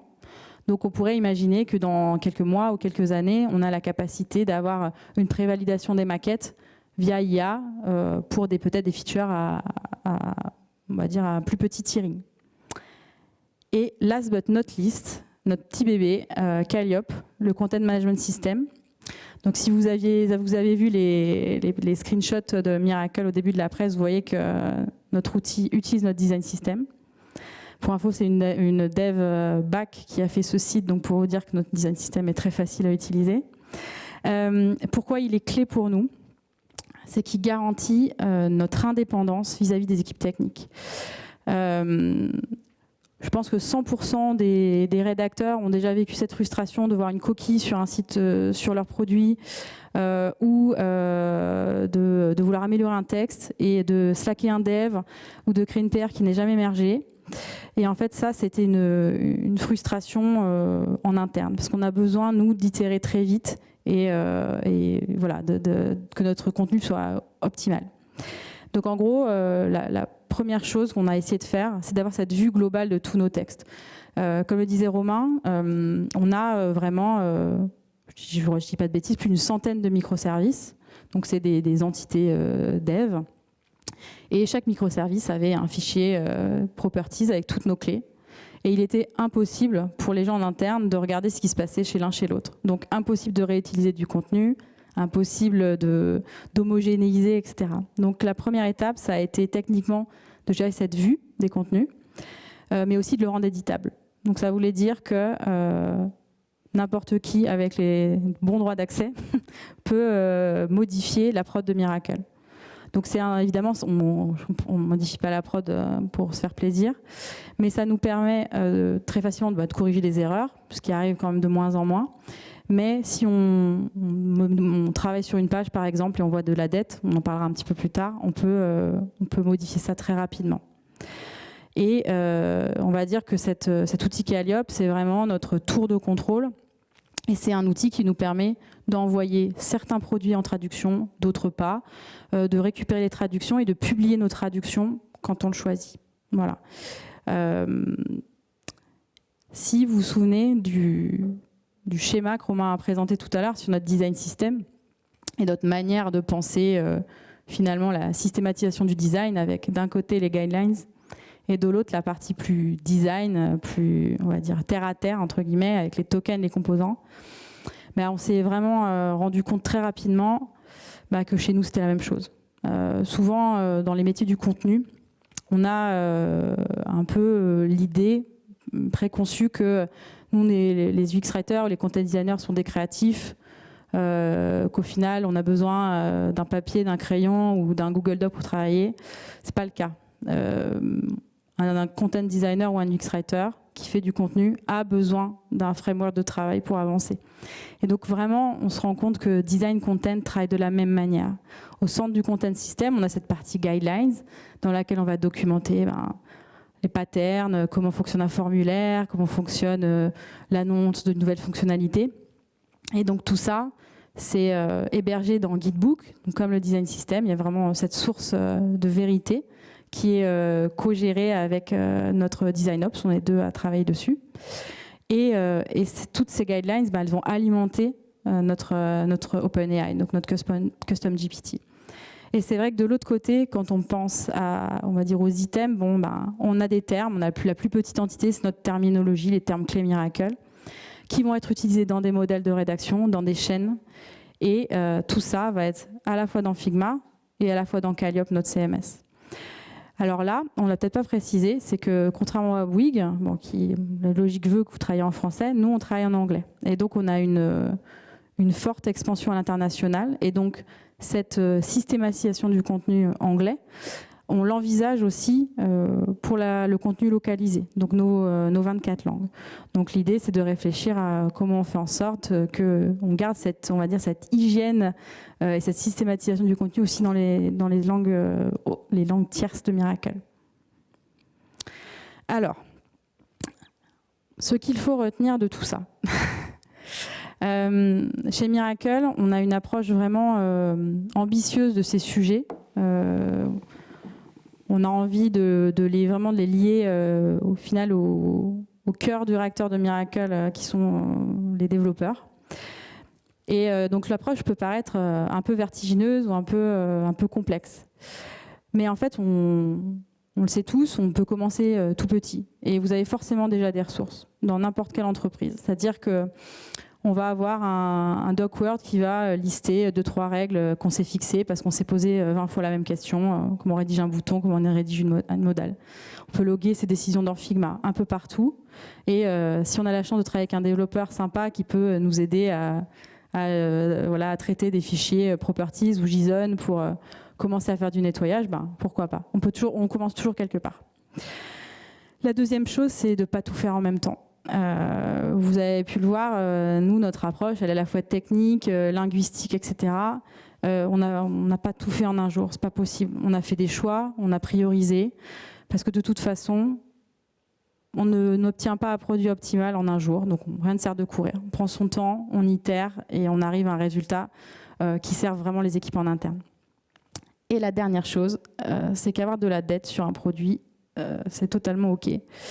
Si on travaille sur un gros produit B2B qui a 10 ans, il y a forcément des pages qui ne sont pas sur le bon design system, il y a forcément des contenus pas ouf.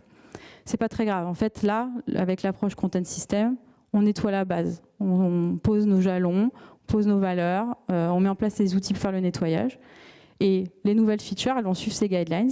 Et de manière opportuniste, s'il y a une page qui va être migrée dans une nouvelle techno ou avec un nouveau design system, reprenons le content. Et en fait, c'est comme ça que ça marche, parce que avoir un produit qui est nickel tout le temps, c'est pas forcément possible. Et donc, il faut faire la paix avec ça, même si on aimerait tous avoir un produit 100% parfait.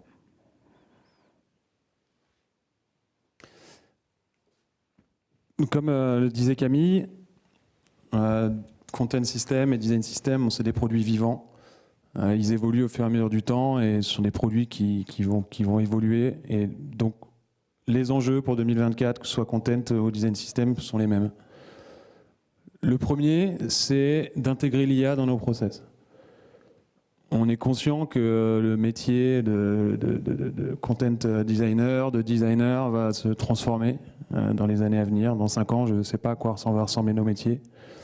Mais ce qu'on veut commencer à faire, c'est explorer des possibilités de designer, d'écrire avec de l'IA pour gagner toujours en efficacité et pouvoir se recentrer sur la valeur de nos compétences. Le deuxième, c'est, même si en effet c'est pas grave d'avoir de la dette, mais maintenant qu'on a posé nos fondations, on a envie de l'éradiquer. C'est maintenir une hygiène de nos systèmes, continuer à travailler sur notre dette pour travailler sur la cohérence des wordings, des designs de plus en plus pour finir par, espérons un jour, ne plus avoir de dette. La troisième, c'est garantir une internationalisation facile. Comme le disait Camille, on a 24 langues, enfin notre plateforme est traduite en 24 langues. On a besoin d'accélérer le process de localisation, on a besoin d'intégrer ça dans nos process de travail.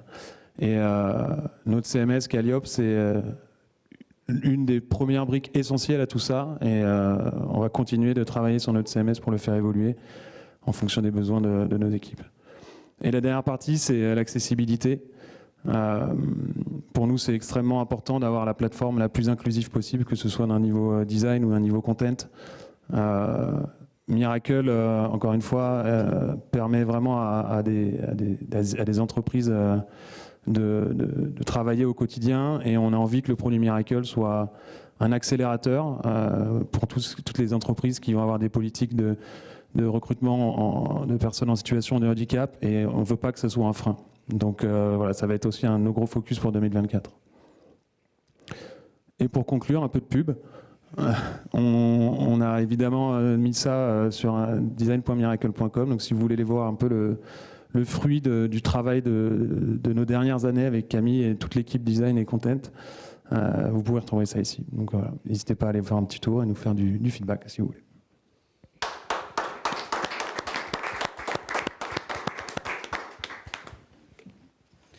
Merci Romain, merci Camille pour ce retour d'expérience.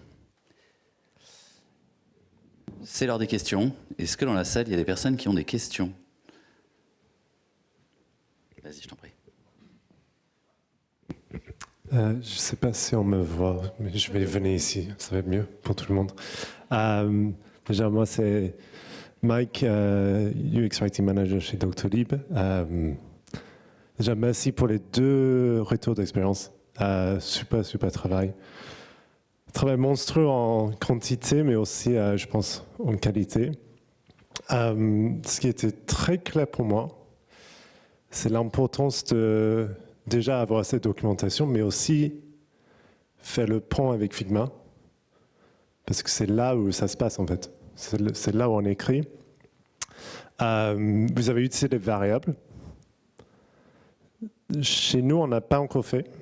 Du coup, j'aurais une question de process, mais de notre côté aussi, juste pour partager un peu comment on le fait chez Doctolib, c'est on a utilisé les instances. Du coup, en fait, on a les composants, on a un bouton en composant, et on a essayé de créer quelques instances des boutons qu'on utilise le plus. Pareil pour les messages d'erreur, les modèles, aussi des messages qu'on va utiliser très régulièrement. Du coup, un peu ma question sur les variables et les process, parce que, désolé, ma question c'est assez long, mais on a choisi les instances des composants parce que, en fait, ce que je comprends par rapport aux variables, c'est local en fichier. En tout cas, c'était le cas quand je l'utilisais il y a 2 ans. Du coup, peut-être ça a évolué. C'est peut-être pour ça que j'ai une question sur le process. Mais en fait, de notre côté, on a choisi les composants parce que c'était possible de juste insérer le composant dans le fichier et ensuite utiliser le barre à droite pour chercher son instance.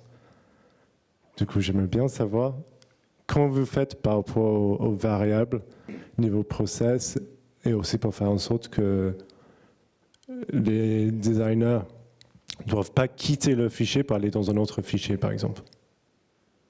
Désolé pour la question très longue.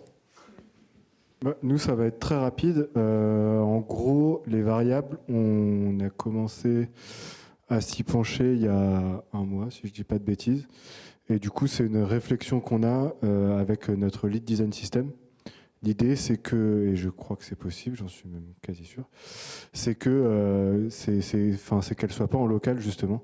C'est que à chaque fois, il ait les designers aient la possibilité d'utiliser les variables. On a aussi d'autres variables sur les spacing, etc. Enfin, notre lead design system a vraiment fait des variables sur les couleurs, etc. Et donc du coup, ce serait une brique content pour automatiser tout ça. Alors, nous, l'exploration, elle est aussi très récente. Pourquoi on a choisi les variables ?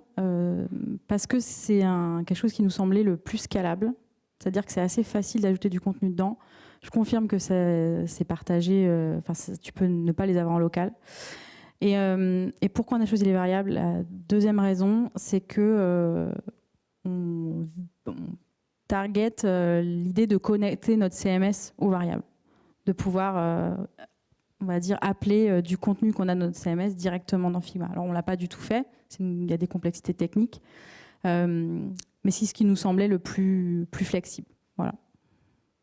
Et les variables, comme on l'a montré tout à l'heure, c'est pas uniquement pour des microcopies sèches, c'est aussi sur les règles de rédaction. Et là, on est en train de réfléchir, enfin on est en train de le faire même, à intégrer directement ces règles de rédaction dans les composants. Donc ne pas forcément passer par les variables.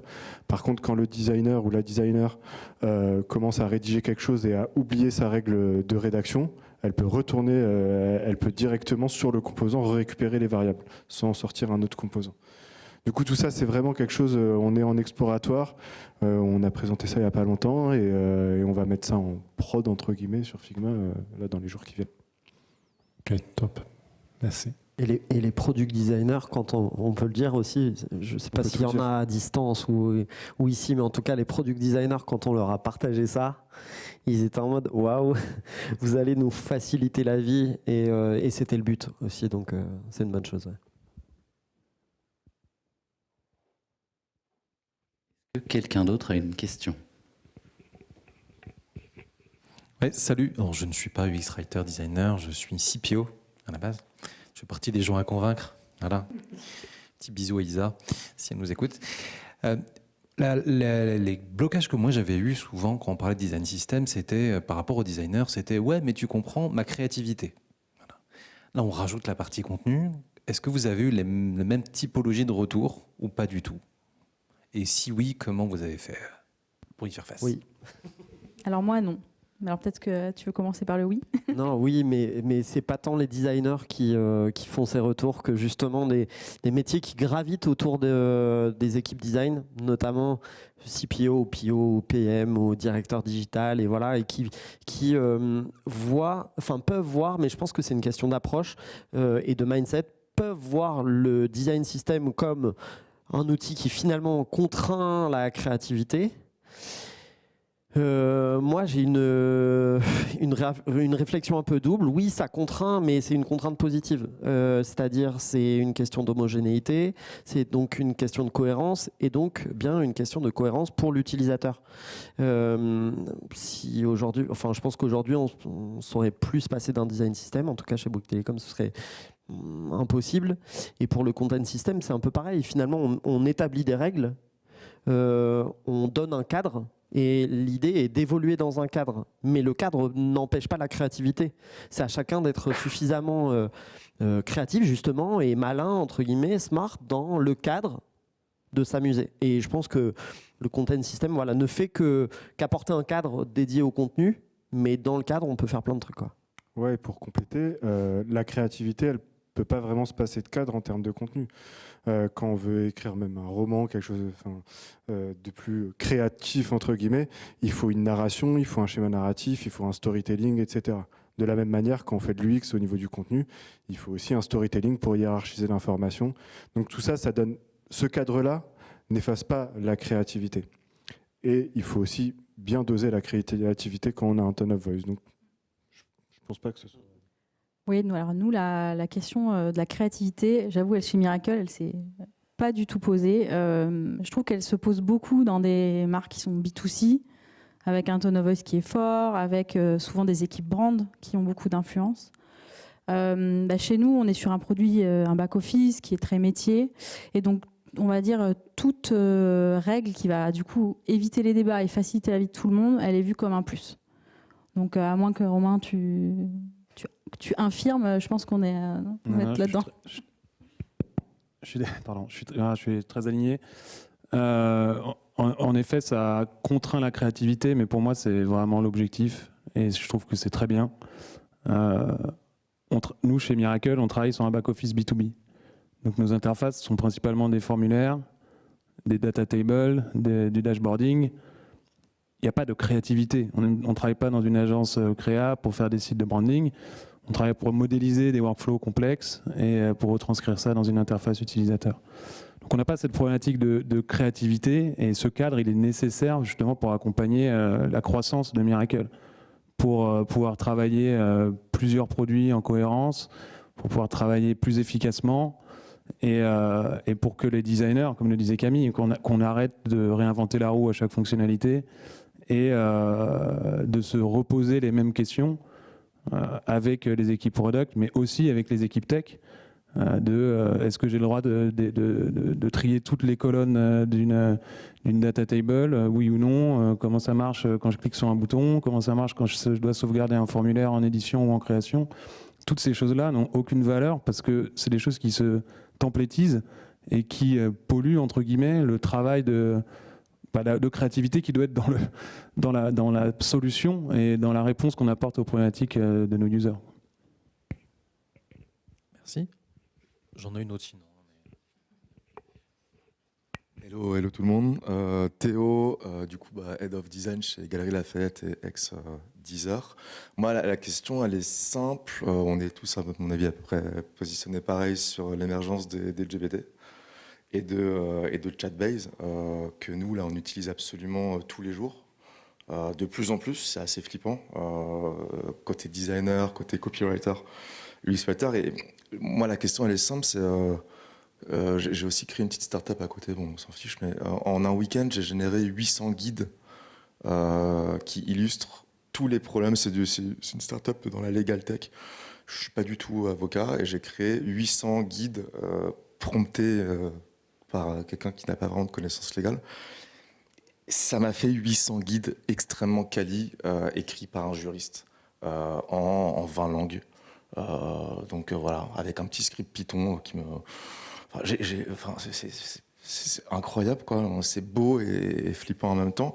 Et voilà, la question, c'est côté product design et côté UX writer, c'est comment vous vous positionnez par rapport à ce truc-là qui est de moins en moins lointain, quoi. Là, on y est, quoi. Et je regardais un peu les word count, les prompts. Aujourd'hui, ChatGPT le fait vraiment très très bien. Donc voilà, c'était un peu une question ouverte, hein, c'est comment on se positionne par rapport à ça. Et voilà. Je ne m'attendais pas à cette question. La petite question piège là. Non, mais c'est un sujet très vaste. Nous, chez Bouygues Telecom, on a un ChatGPT interne avec la technologie ChatGPT 4. Je m'en sers. En fait, je parlais tout à l'heure de messages d'intention rédigés par les products, etc., gagnés en itération. Et du coup, ça nous permet à nous de passer des niveaux au-dessus. En gros, on s'en sert pour avoir des réponses, même pour créer le design system, le content system, pardon. J'ai demandé à ChatGPT, j'ai beaucoup parlé à ChatGPT 4, mais à partir d'un résultat très bon, on peut passer des steps au-dessus. Du coup, moi, je suis très content que ce soit là, ChatGPT, parce que ça me permet, moi, de me challenger. Et je pense que notre intelligence est assez optimale pour passer des steps au-dessus des résultats déjà très bons de ChatGPT. Pas plus tard que tout à l'heure, j'étais sur un projet pour écrire des messages assez basiques. j'étais pas satisfait. Hier, j'ai travaillé dessus pour écrire d'autres messages, j'en étais très satisfait. Et ce qu'il faut savoir aussi, c'est que à partir d'une base de réponse de ChatGPT, on peut en plus infuser le tone of voice de la marque de façon assez optimale. Donc, merci ChatGPT. Oui, nous c'est pareil. En fait, je pense que le mettre de côté ou mettre un mouchoir dessus, c'est la grosse erreur. Il faut tout de suite essayer de le prendre en main. Nous, chez Miracle, il y a vraiment un gros focus sur l'IA à tous les niveaux, que ce soit côté design, côté métier, côté produit. C'est vraiment, je dirais, le focus numéro 1 en interne. Donc, comme tu l'as vu, on a travaillé sur cet assistant, je pense, qui est assez... qui va devenir, à mon avis, quelque chose qui va être quasi obligatoire dans toutes les boîtes, justement pour accompagner les équipes. Moi, c'est un peu pareil, c'est-à-dire que je parle bien anglais, j'écris en anglais, ça fait, je pense, 5 ans que j'utilise Grammarly pour améliorer mon anglais. Et je vois un peu OpenAI comme ça, c'est-à-dire que ça me donne 2-3 versions d'un texte que j'ai créé. Peut-être le mien va être mieux, tant mieux.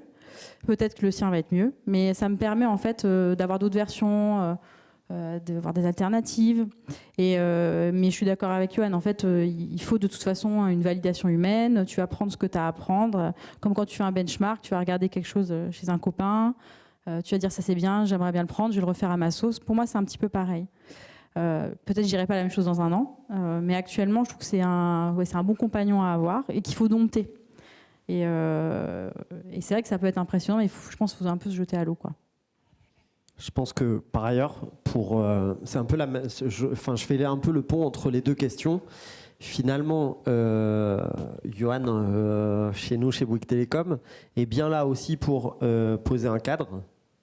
Et ça, je pense pas aujourd'hui. Peut-être que dans quelques années, oui, mais aujourd'hui, j'aurais pas confié la création d'un content system à une IA parce que je vois pas comment aujourd'hui l'IA aurait construit un content system propre à la marque Bouygues Télécom, à ses valeurs, même en la guidant en fonction des valeurs. Je pense que par rapport à la complexité de l'écosystème, le cadre qu'on pose aujourd'hui, il est nécessaire. Maintenant, s'appuyer sur le cadre qui existe désormais, en l'occurrence un content system, pour dire à une IA, en fonction des règles qui existent dans le content system, est-ce que tu peux m'aider à reformuler?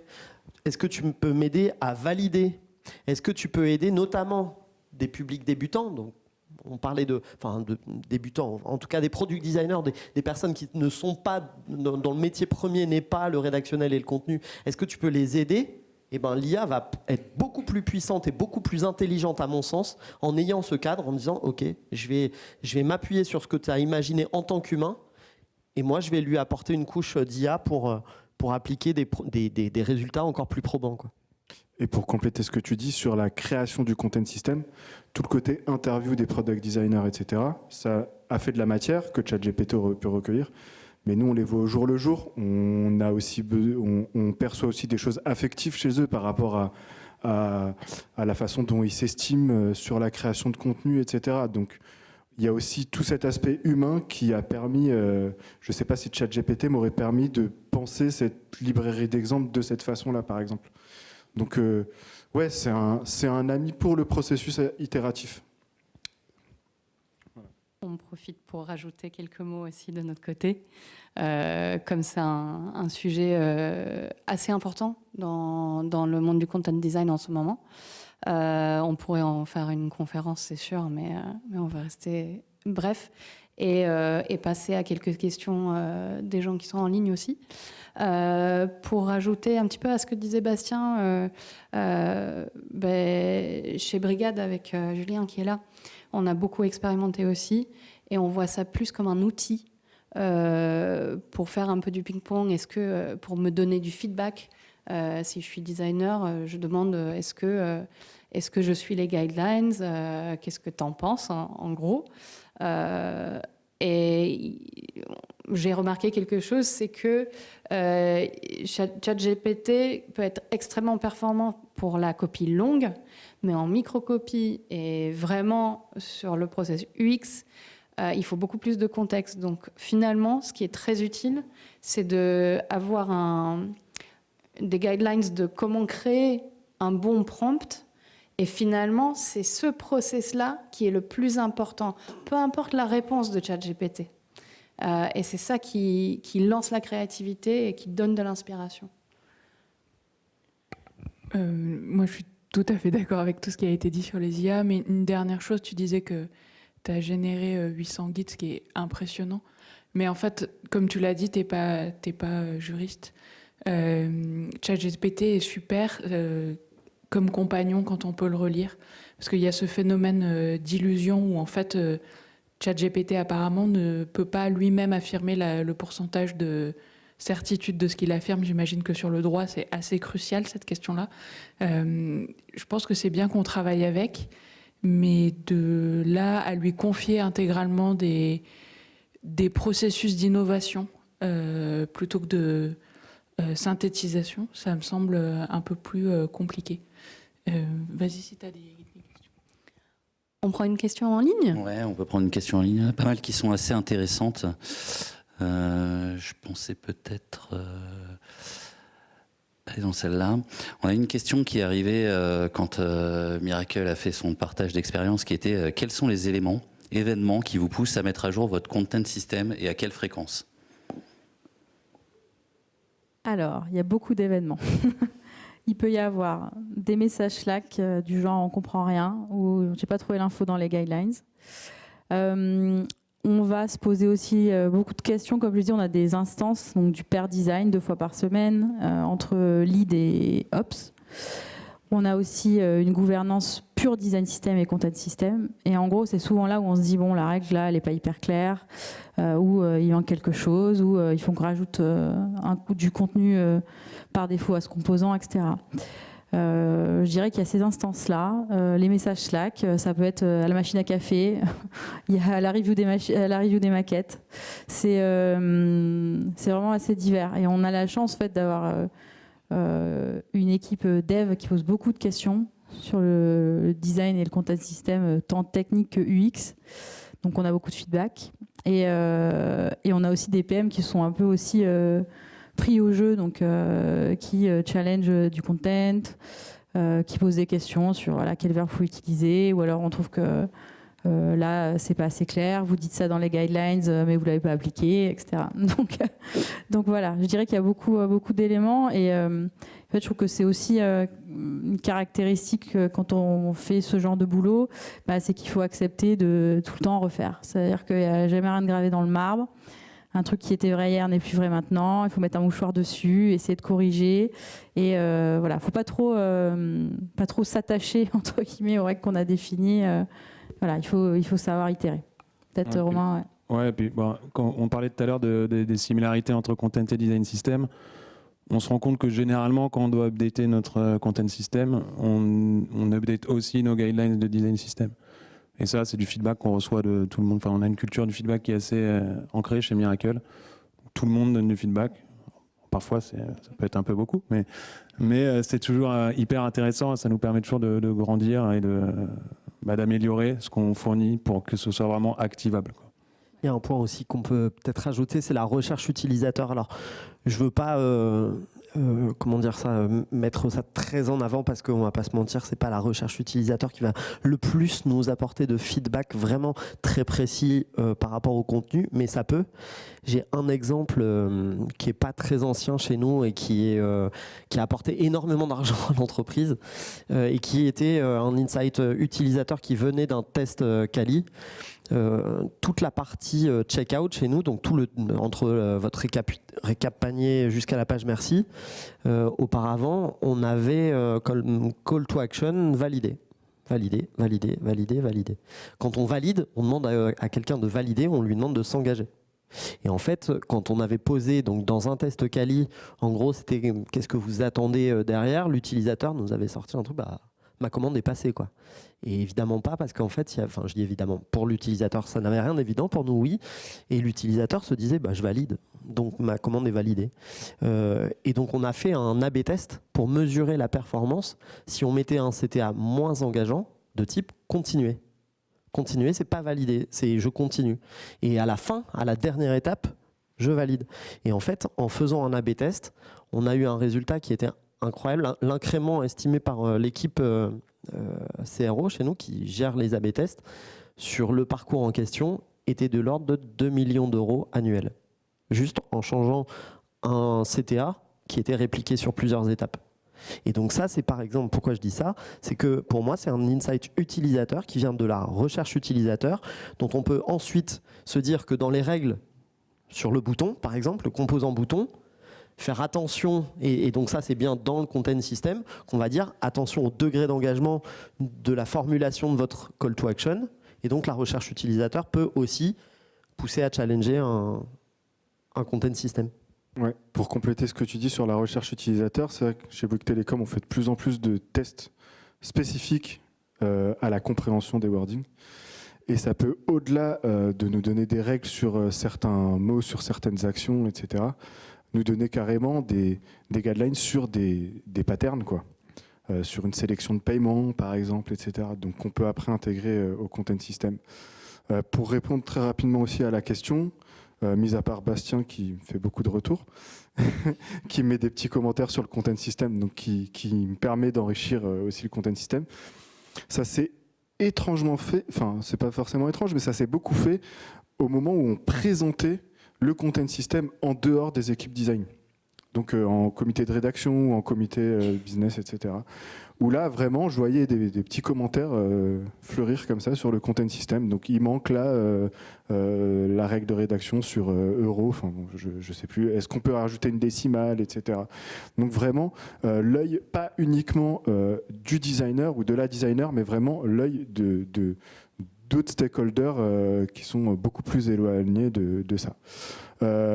Également les UX writers, typiquement Florian, notre ancien UX writer, m'a beaucoup challengé sur tout le côté accessibilité. Du coup, on a rajouté vraiment une brique sur l'accessibilité.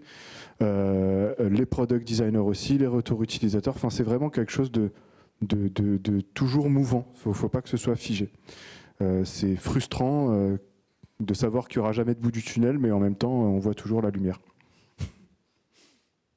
On a une autre question, en fait, sur la possibilité de traquer l'utilisation, donc à la fois du design system et plus spécifiquement du content system, et d'avoir de la data concrète pour aider à en mesurer l'impact.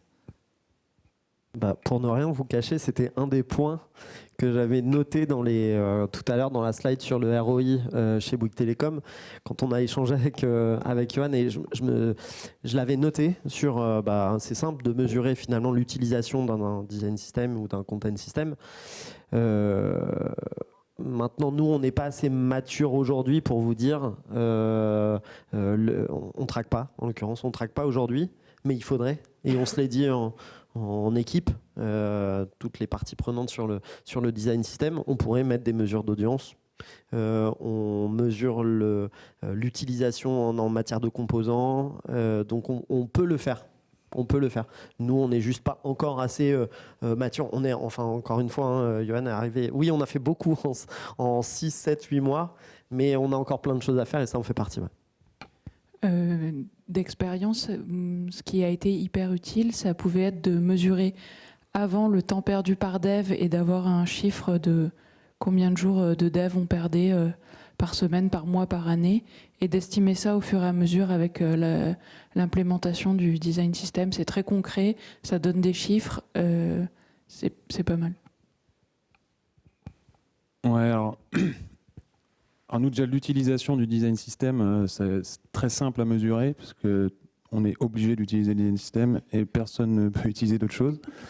On a une gouvernance qui est extrêmement stricte. Pourquoi ? Parce que notre design system, on l'a refait il y a 1 an et demi, enfin il y a 2 ans, et que ça peut aller très très vite de commencer à avoir du custom partout et que ton design system n'en soit plus un au bout de 6 mois. Donc quand on investit beaucoup d'argent, de ressources, de temps et d'efforts pour implémenter un design system et le développer, on veut qu'il soit pérenne. Et on veut absolument garantir cette utilisation auprès de tous les designers. Et on a des gouvernances pour les designers, on a nos équipes FED qui vont beaucoup travailler avec les équipes projets pour garantir la bonne utilisation. On a des reviews de tous les end-off qu'on fait par nos FED pour être sûr que les composants sont bien identifiés pour bien les utiliser. Donc voilà, la guidelines, elle est extrêmement binaire chez nous. Il faut utiliser le design system. La mesure, en effet, c'est toujours plus compliqué. Nous, là où on a des preuves que notre design system a vraiment accéléré les développements, c'est déjà on voit une différence entre les estimations qui vont être faites, enfin qui étaient faites au début de nos design systems basés sur ce qu'ils faisaient avant et ce qui a été réalisé par les équipes, où la vélocité, elle a été, je sais pas, ils ont gagné 2 mois sur 6 mois de développement par exemple, grâce au design system. On a aussi, pardon, j'ai oublié mon idée. Alors, pour la transition, peut-être, alors sur la partie guidelines, donc on a des stats qui sont dispo via notre outil. C'est pas quelque chose pour l'instant qu'on priorise, parce qu'il y a tellement eu de chantiers que on sait que c'est là. Et en termes, pour la partie plus technique, il y a 2 choses. Une chose une data qu'on a et une data qu'on aimerait avoir. Enfin, qu'on pourra avoir, mais qu'il faudrait industrialiser. La première, c'est, comme je le disais, notre CMS, il a aussi beaucoup été créé pour les devs, pour leur faire gagner du temps de dev. Avant, on avait une session de traduction tous les 3 mois, et les développeurs, enfin, il fallait à la fin de la session, il fallait qu'un développeur par squad passe 2 semaines à intégrer les PR de trad. Donc, c'était 2 semaines fois les 15 squads tous les 3 mois. Donc, je peux vous dire que ça fait une charge de travail énorme. Et quand on a implémenté Calliope, en fait, ça, c'est parti. C'est-à-dire qu'un dev, il a mis sa clé dans le code, il a mis sa langue source, il n'a plus rien à faire. Donc ça, c'est un KPI dans une entreprise tech qui est parfait. Et la deuxième chose, plutôt pour le respect des guidelines, donc ça, c'est un truc qu'on aimerait traquer à l'avenir, c'est de voir en fait si les clés, quand elles rentrent dans le CMS, elles partent direct en prod ou si elles sont modifiées. Logiquement, si 100% des clés qui rentrent dans le CMS, elles ne sont jamais modifiées, ça veut dire qu'on respecte les guidelines. Si on voit qu'il y a beaucoup d'éditions sur les chaînes, logiquement, ça veut dire qu'on n'a pas bien pensé son contenu, qu'il n'est pas bien formaté, etc. Donc ça, c'est un KPI qu'on peut avoir, dont on n'a pas forcément priorisé l'industrialisation, parce qu'on a pour l'instant d'autres priorités, et ce KPI n'est pas, je pense, crucial pour l'adoption du content system. Non, comme le disait Camille, content system et design system, nous, on le fait en grande partie pour la dev expérience. On pense tous nos composants à la fois pour les designers, mais aussi pour la façon dont ils vont utiliser par les techs.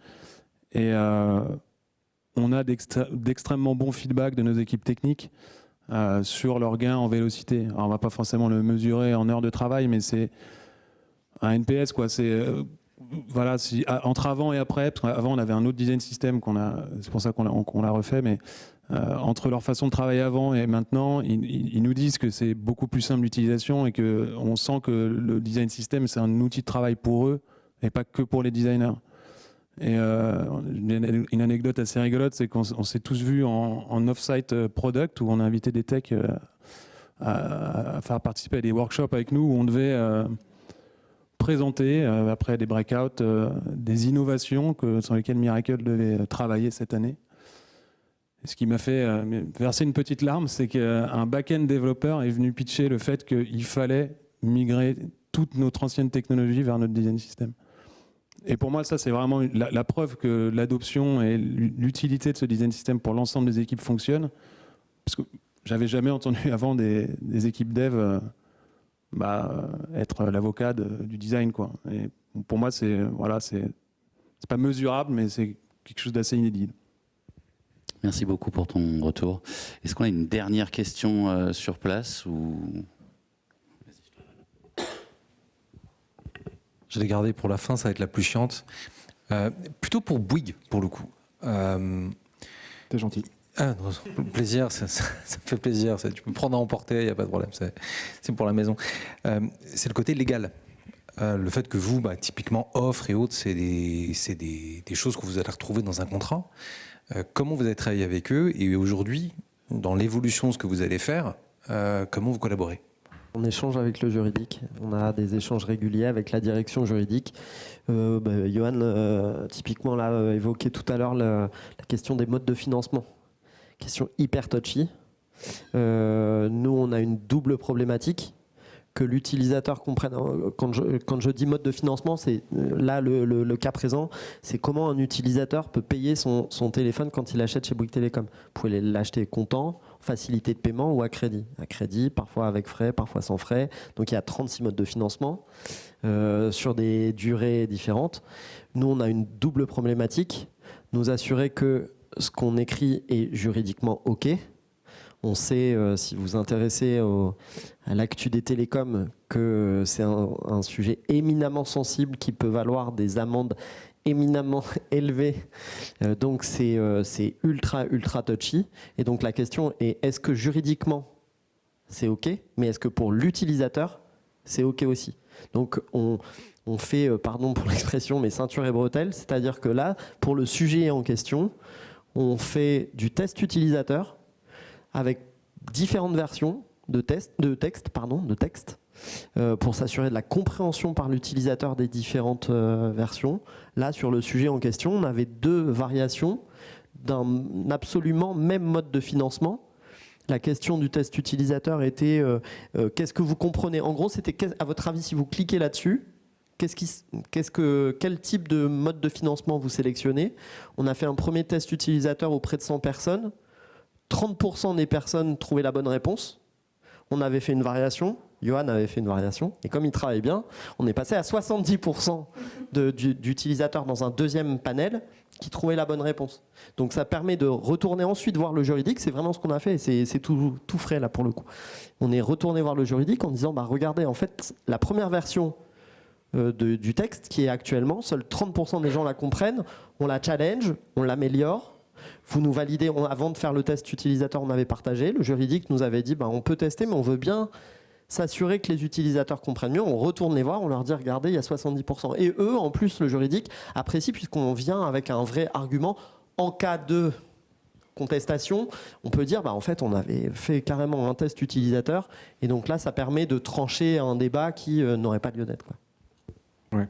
Et je pense que un UX writer ou une UX writer doit considérer le juridique comme une équipe de rédaction, tout simplement. Enfin, sur certains sujets, on ne peut pas itérer sans le juridique. Donc ça nous challenge, nous aussi. Et si je fais le pont avec le sujet de l'IA, on est là sur un sujet, quand je dis touchy, c'est touchy d'un point de vue évidemment de ce qu'on risque, mais on est sur de la... Alors là, quand on parle d'art de la microcopie, là on est sur le poids de chaque mot, et je ne suis pas sûr qu'aujourd'hui, une IA aurait fait la différence d'un point de vue juridique. Je ne crois pas qu'on ait fait l'essai, mais je ne vois pas comment une IA nous aurait dit que la première version ou la deuxième était mieux comprise par les utilisateurs et plus ou moins valide que la précédente. Et là, c'est franchement, je pense qu'à ce niveau de précision, pour l'instant, mais ce ne sera peut-être pas le cas dans quelques mois ou quelques années, mais pour l'instant, je ne vois pas qui de mieux qu'un humain et l'écoute utilisateur qui est permise par les outils de recherche utilisateur permet de trancher une question de la manière, en tout cas, dont on l'a fait. Merci. Je poserai des questions chiantes plus souvent. Non, bien. Bon, je crois que c'est l'heure de passer à la conclusion. Je voudrais faire un grand merci à Bouygues Telecom et Miracle pour leur retour d'expérience qui était hyper intéressant. Un grand merci pour le partenariat avec UX Writers FR. On est hyper content d'avoir pu recevoir cet événement au sein de Nexton. Je vais faire une petite pub pour UX Writers FR et pour Nexton. N'hésitez pas à nous suivre sur les réseaux. On a plein d'autres événements qui arrivent. Donc on est toujours content de pouvoir accueillir des clients, des prospects, des collaborateurs, des passionnés du design. Et on espère fortement vous avoir tous donné envie peut-être de commencer à créer, d'avancer vers un content system. Je pense qu'on a tous la ferme pensée de se dire que au final c'est l'avenir d'un design system, il passe par le content. Merci à tous et je vous souhaite une très bonne soirée. Merci. Merci à toi.